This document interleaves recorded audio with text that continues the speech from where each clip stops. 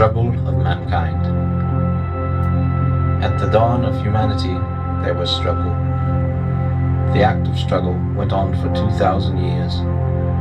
Humanity would be locked in a constant battle for the opportunity to thrive, being stifled by a multitude of oppositions. The very planet itself was the first to rise in opposition to humanity, with the ground opening, swallowing tribes whole, and regurgitating spouts of flaming magma. The seas would eat away at the peoples that lived near them, sweeping out men, women, and children, for the seas would not discriminate in its hunger. Some trees and plants would become poisonous and cause harm to the humans in an attempt to prolong their lives in the dirt. After a time, the elements would calm and submit themselves to a treaty with humanity. It was at this time that the first echoes of life outside of humanity revealed itself, for all other beings had hidden from the ravaging of the planet's birthing pains. This was known as the struggle of mankind. Humanity thought themselves to be a lonely creature until the beasts of the world arrived. Many giant beasts would start to wander the large continent that would come to be known as Eldslands, some of which sought to make war with humanity, the first of those being the Skept. The Skept were larger than humans, towering a torso length above them. Their skin was dark green in color and covered in hard, finely knit scales. Small tufts of fibrous hairs decorated their bodies in various simian areas. Their faces were stretched, working in an elongated shape from crown to mouth, which ended in a beak-like orifice. Their eyes would blaze a bright orange in the sunlight, and at night in the reflection of the torches that the humans would light to see in the dark. The primitive humans were outmatched by the sheer strength of the Skept, but after 200 years of warring with the Skept, the humans prevailed. With the aid of minute advancements in tools, humanity was successful in driving back the Skept to the caves and holes in the planet from which they rose. The dwarves were also revealed to humanity during the struggle, as were the elves and the orcs. At the time of humanity's driving back of the Skept, the dwarves suffered. The Second Dwarven War was started at the retreat of the Skept from the surface. The dwarves and the Skept were in constant tribulations over dominion of the Underearth, and the dwarves had pushed the Skept from their subterranean world, only for them to return a short 200 years later. The dwarves would never fully forgive humanity for being the catalyst of the Second Dwarven War.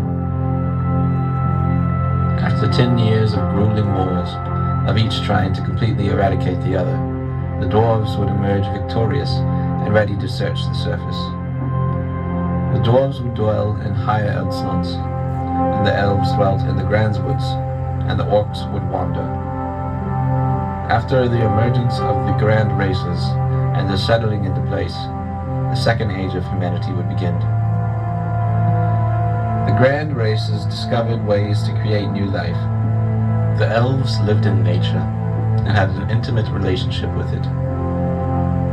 They encouraged the growth of animals into smarter beings, known as filings, and sowed them across the world. The orcs, amongst their wanderings of the world, began to situate themselves in higher Eldslands, finding the ashen wasteland to be hospitable. This land was still ravaged by the planet's birthing pains, and was in the early stages of formation of life. The orcs would spill blood of their own during rituals, and it was this tainted ground that would form the goblins of all kinds, of which the orcs would send out into the lands. The dwarves found homes in the massive mountain range of higher Eldslands, and their time was spent fortifying against the Skept, in hopes of never having to struggle against them again. The trickling of knowledge. It was during the Second Age, known as the trickling of knowledge, that humanity began to separate and build villages and towns, with the beginning of a hierarchical system coming into place. Dealings with the other races and an understanding of the world in which they were living was also taking place at this time. The next adversary for humanity was one of a combination. Two lesser creatures that were created during the struggle through the ravaging of the planet were the Similitoffs and the Harvangineers. The Similitoffs dwelt in the waters of the world. They were large and something between an aquatic creature and a man. The Harvangineers were a race of creatures that resembled the skeleton of a bird, but whose bones were light and almost see-through. They would hide in the fields of grass and wheat, and hunt or come into those fields. These two creatures formed a symbiotic relationship, feeding on the humans that would gather near the rivers or oceans and hunt them in their fields. Though these creatures were not fully minded as humanity, they were still smart enough to plan this assault on mankind, making it ever difficult to establish stable villages. After 500 years, the issue of the Similitoffs and Harvangineers was brought under control, with humanity finally finding ways to oppose and thwart them. The triumph of mankind. The third era of humanity was known as the triumph of mankind, due to their success over the seemingly impossible enemy, the dragons. The Skept, in their defeat by the dwarves, were pushed back to the depths of their under-earth, to the center of the planet. In their anger, they spent their time constructing rituals and using things that they did not fully understand. These rituals harnessed the ruthless heat from the depth of the planet and gave it a physical form in the shape of dragons. After the construction of the dragons, the Skept rose from the depths of the planet with their many dragons in tow, besieging the land and wreaking havoc on those who wronged them. The first to experience this wrath of the dragons was the elves. The elves had constructed a temple in the highest tree of the Grandswood, and it was called Guruntunthop in the human tongue. This was their main place of gathering, and was held in high regards across the land. The Skept directed one of their dragons by the name of Moro-Denethor to attack this temple, being that it was one of the most noticeable places in the land. These dragons would spit waves of compressed air and sound at such a velocity that it would melt and evaporate whatever it breathed its breath upon. This is what happened at Guruntunthop, with the dragon Moro-Denethor evaporating the elven temple and its occupants. The Skept poured their dragons across the land, with all becoming plagued by the terrifying creatures. It was this time that the dragons and the Skept walked freely across the surface of the planet, waging wars against the grand races. This went on for 1,000 years. At the creation of the dragons, there were 7, and they were called the Sept of the Crag, being from the deepest reaches of the planet. Their names were Moro-Denethor, Sefthrol, Bingrathor, Zefthrol, Kudukskruthrol, Pinchnethrol, and Thranulduth, with Thranulduth being the first dragon, and to have named the others. The title of Thrall was given to each of the siblings of Thranulduth, as the title of their superiority over the simple creatures of the planet. Each of the 7 dragons were vile and feral in the beginning of their lives, following whatever orders that they were given by the Skept.